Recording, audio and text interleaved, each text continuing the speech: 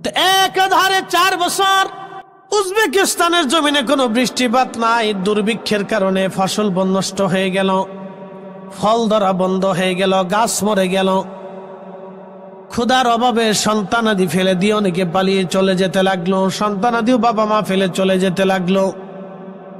কি করুন, কঠিন পরিস্থিতির শিকার। বলবেন হুজুর এটা কি করে হয়?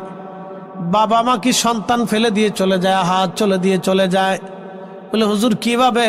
করোনা এসেছিল, আপনি দেখেছেন করোনার সময় বহু সন্তান বাবার জানাজার পাশে দাঁড়ায় নাই যদি করোনা হয়। বহু মা সন্তানের কবরের পাশে আসতে পারে নাই যদি করোনা হয়। বহু স্বামী, বহু স্ত্রী তার স্বামী স্ত্রীর কবরের লাশের পাশে আসে নাই যদি করোনা হয়। দুনিয়ার এক করোনার ডরে যদি কেউ কারো কাছে আসতে না পারে, আসতে না চায়, তাহলে বুঝতে পারেন দুর্ভিক্ষ, ক্ষুধার অভাব, যুদ্ধ বিগ্রহ লাগলে একজন আর একজনকে ছেড়ে পালিয়ে চলে যায়। এটা যদি দুনিয়ার হালত হয় তাহলে আখিরাতের হালত কত কঠিন হবে। নবী আমার বলেন আমার উম্মত 4 জায়গায় উম্মতকে ভুলে যাবে, 3 জায়গায় উম্মতকে ভুলে যাবে। মা সন্তান ভুলে যাবে, সন্তান মা বাবাকে ভুলে যাবে। 1 নাম্বার মিজানের পাল্লায় সন্তান মাকে ভুলে যাবে, মা সন্তান ভুলে যাবে।